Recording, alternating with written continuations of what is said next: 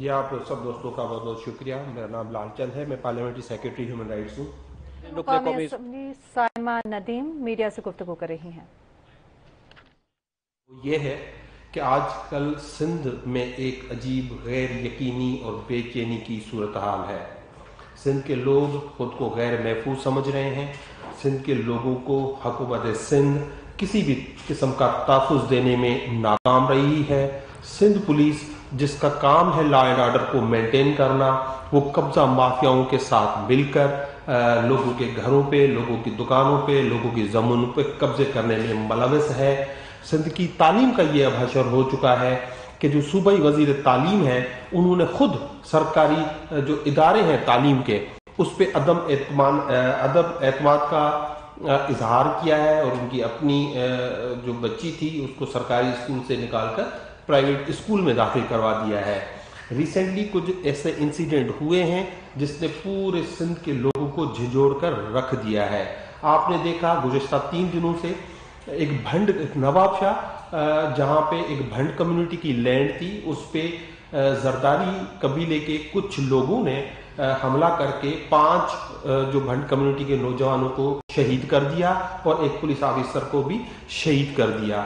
یہ واقعات ایک تو ہونے نہیں چاہیے, جب ہوتے ہیں تو حکومتوں کا کام ہوتا ہے, اسٹیٹ کا کام ہوتا ہے کہ اس کو فوری ریئیکٹ کرے اور قانون جو ہے عمل میں آئے.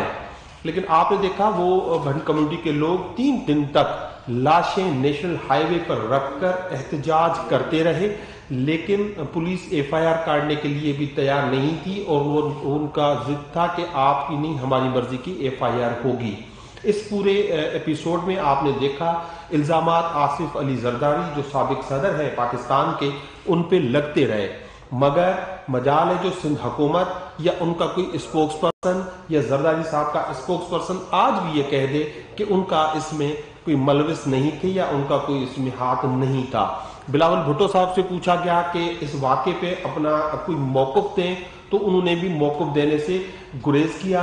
اس طرح سے آپ نے دیکھا کہ اس طرح سندھ کے لوگوں کی لاشیں روڈوں پہ پڑی ہوئی ہیں اور وہ انصاف کے لیے لوگ جو ہے مطالبہ کر رہے ہیں. ایک ایسا بھی واقعہ ہوا ریسنٹلی جس میں انسانیت شرما گئی کہ کوئی 20 کے قریب لوگوں نے نوک آؤٹ میں راجپوت کمیونٹی کے ایک گھر پہ حملہ کیا. انہوں کسی کوئی ریونج لینے کے لیے, وہ کوئی فری ول میرج کا کوئی چکر تھا, اور 2 خواتین کو اٹھا کے ان کو جو ہے اغوا کیا گیا, ان کو ریپ کیا گیا, ان کو برہنہ کر کے کھیتوں میں دوڑایا گیا. اور اس میں اتنی اس طرح کا ایک عمل ہوا جس سے یہ نظر آیا کہ سندھ میں حکومت نام کی کوئی چیز, کوئی ہیومن رائٹس کی نام کی کوئی چیز نہیں ہے.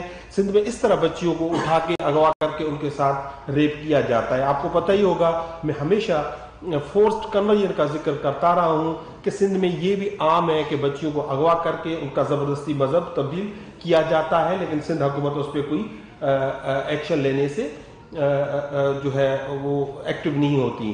میری بہن نے بھی ذکر کیا, میں نے 2 سال پہلے ایک فیکٹ فائنڈنگ کی تھی. ڈاکٹر نرملا کا ایک لاش ملی تھی, وہ ہینگڈ تھی پنکھے میں اور اس کو خودکشی کا رنگ دیا گیا تھا.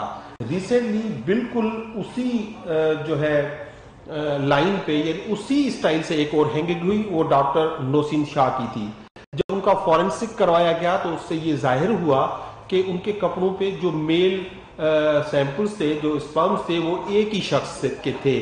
تو اس سے ظاہر یہ ہوتا ہے کہ لاڑکانہ کی جو یونیورسٹیز ہیں اور سندھ کی یونیورسٹیز ہیں وہ غیر محفوظ ہیں, خاص طور پہ بچیوں کے لیے.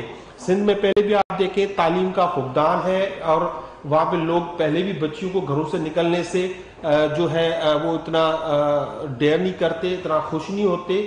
وہاں پہ اس طرح کے واقعات ہونا اور پھر جو ہے اس کو انکور نہ کرنا, یہ حکومت کی ذمہ داری ہوتی ہے کہ یہ ان واقعات کو جو ہے پبلک کے سامنے لے آئے کہ یہ کس طرح کے واقعات ہیں اور کیوں ہو رہے ہیں.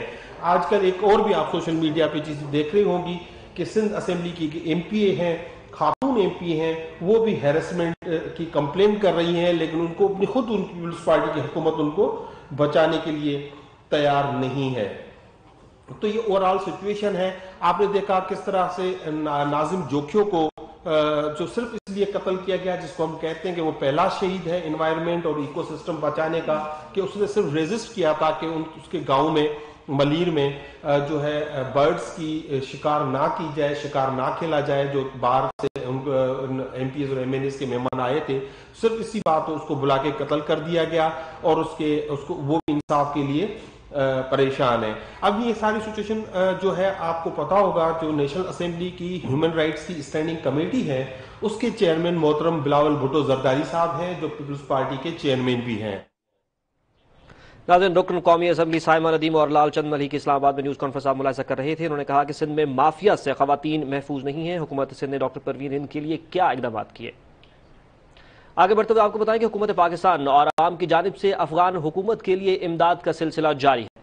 جذبہ خیر سگالی